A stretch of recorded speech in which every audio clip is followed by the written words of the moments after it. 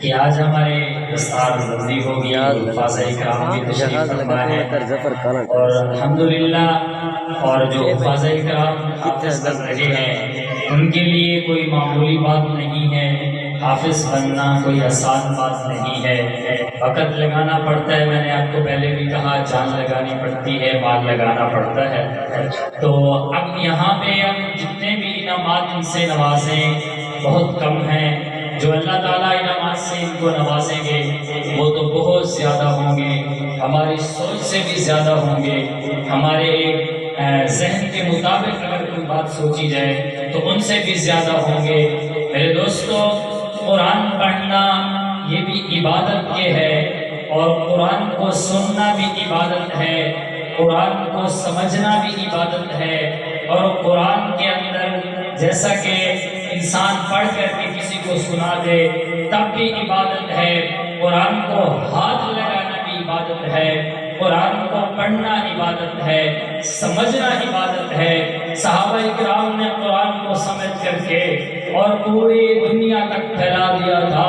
ہم تک پہنچا دیا تھا۔ اس قرآن کے ذریعے،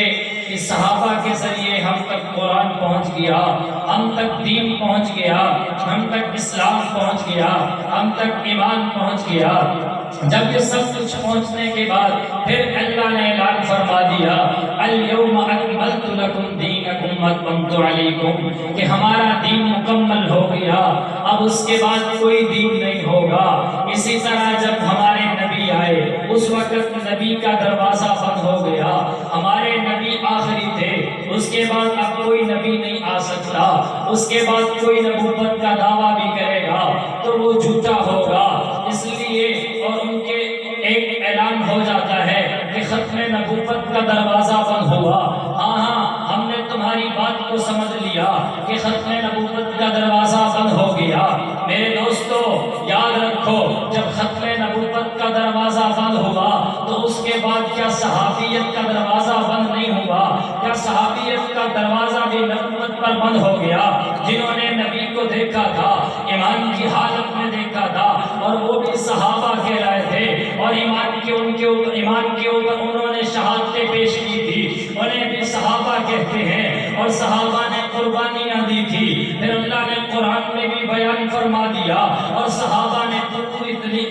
زندگی لگا کر کے، اور اللہ نے پھر ان کو بھی بیان فرمایا۔ کہیں اللہ قرآن میں اعلان فرما کر کہتے ہیں، رضی اللہ عنہم ورضوا، کہ میں ان سے راضی ہو گیا اور یہ مجھ سے راضی ہو گئے۔ کہیں اللہ ان کی جگہ امتحان لیتا ہے، فَإِنْ آمَنُوا بِمِثْلِ مَا آمَنْتُمْ بِهِ فَقَدِ اهْتَدَوْا۔ اللہ نے ان کو ایمان لے کر کے اور کافروں کو بتا دیا کہ اگر تم بھی صحابہ کرام کی طرح ایمان لاؤ گے تمہیں بھی کامیابی ملے گی، تمہیں بھی ہدایت ملے گی، تمہیں بھی کامرانی کا راستہ ملے گا، تمہیں بھی وہ مؤسس راہیں ملیں گی۔ اور جو ایمان لے آئے پھر وہ صحابہ کا رتبہ پایا، جنہوں نے ایمان نہیں لایا پھر وہ صحابہ کا رتبہ نہیں پایا، انہوں نے کفار کا رتبہ پایا ہے۔ میرے دوستو، ایک حدیث پاک کی ہے کہ علم حاصل کرو، تم ماں کی گود سے لے کر کے قبر تک تم علم حاصل کرو۔ آج ہم طالب علم ہیں، اور مولانا عبدالستار توسوی رحمۃ اللہ علیہ فرمایا کرتے تھے، اس درویش کی سفید کے اندر وہ فرماتے تھے کہ میں ابھی بھی طالب علم ہوں، کیونکہ انہوں نے اس حدیث کو سمجھا تھا، آج ہم نے سمجھا نہیں ہے۔ وہ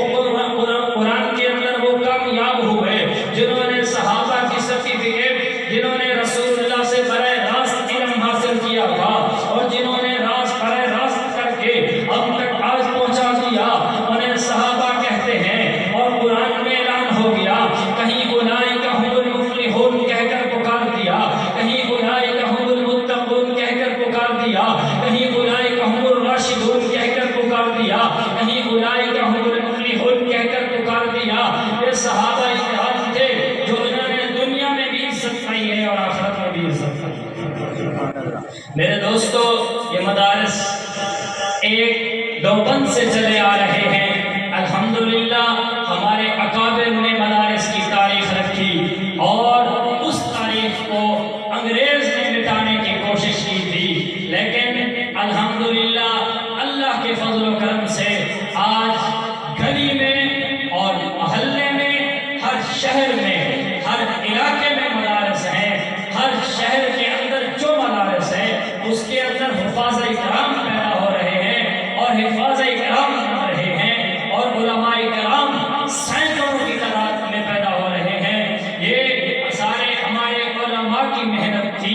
اور یہ ہمارے علماء کرام کی محنت تھی، اور اسی محنت کو لے کر کے ہم نے چلنا ہے، اسی محنت کو لے کر کے ہم نے آگے جانا ہے، اسی محنت کو لے کر کے ہم نے پوری دنیا پر حکمرانی کرنی ہے، اسی محنت کو لے کر کے ہم نے آنے والی نسلوں کو بتانا ہے، اور اسی محنت کو لے کر کے ہم نے قیامت تک دین کو زندہ رکھنا ہے، اسی محنت کے ذریعے رکھ کر کے ہم نے پوری دنیا کو بتانا ہے کہ ہم نے اکابر کی تاریخ کو زندہ رکھا، ہم نے رسول اللہ کی سنت کو زندہ رکھا، جو اللہ نے دین اتارا تھا ہم نے اسے بھی زندہ رکھا، جو اللہ نے ہم تک قرآن پہنچا دیا ہم نے اسے کی بھی حفاظت کی تھی۔ اگر جان دے کر حفاظت کرنی پڑی، اللہ کی قسم کھا کر کہتا ہوں ہم جان دے کر حفاظت کریں گے۔ ہماری جان کوئی قیمتی نہیں ہے، ہمارے اکابر کی جان قیمتی تھی، ہماری جان کی قیمت نہیں لگا سکتے۔ ہم نے اکابر کی سنت کو زندہ کر کے ہم نے دین پر پہرا دیا ہے، ہم نے دین پر حفاظت کی ہے، ہم نے قرآن کی حفاظت کی ہے، ہم نے لوگوں کے ایمان کی حفاظت کی ہے۔ مدارس کو تانا دینے والوں، مدارس پر تنقید کرنے والوں، مدارس کو برا بھلا کہنے والوں، مدارس کے علماء کرام کو غلط کہنے والوں، اس سوشل میڈیا کے ذریعے اور جہاں تک آواز جا رہی ہے، پیغام دینا چاہتا ہوں کہ تم نے مدارس کو دبانے کی کوشش کی تھی، لیکن یہ قرآن ہے، قرآن کا وعدہ اللہ نے رکھا اپنے پاس کہ اس کی حفاظت میں نے کرنی ہے۔ میں تمہیں دارالعلوم دیوبند لے چلتا ہوں، اور دارالعلوم دیوبند دوسرے محتمی حضرت مولانا شاہ رفیع الدین عثمانی رحمۃ اللہ علیہ ہے، وہ فرماتے ہیں ایک مرتبہ میں مدارس کے اندر داخل ہوا، جس مدارس کا نام تھا جسے دارالعلوم دیوبند کے نام سے آج دنیا جانتی ہے، جس کی پیدائش ایک پودے سے ہوتی ہے، جہاں سے حسین احمد مدنی نکلتے ہیں، جہاں سے مولانا قاسم نانوتوی سبق پڑھا کر کے اور پوری دنیا پر وہ علم پہنچانے کی کوشش کر کے آج ہم تک دین پہنچ گیا۔ اس مدرسے کی بنیاد سے ایک طالب علم اس مدرسے میں آتا ہے اور آ کر مدرسے میں کہتا ہے مولانا صاحب کبھی آپ نے سالن پر نظر ڈالی ہے؟ یہ جو مدرسے میں سالن بنتا ہے، یہ جو مدارس کے اندر سالن پکتا ہے، تم نے کبھی اس کا جائزہ لیا تھا؟ کہا کیا جائزہ لوں گا؟ کہا مدارس کا سالن ایسا ہوتا ہے جسے انسان وضو کر سکتا ہے، مدارس کا سالن ایسا ہوتا ہے پانی کی طرح ہوتا، لیکن مولانا شاہ رفیع الدین عثمانی نے اسے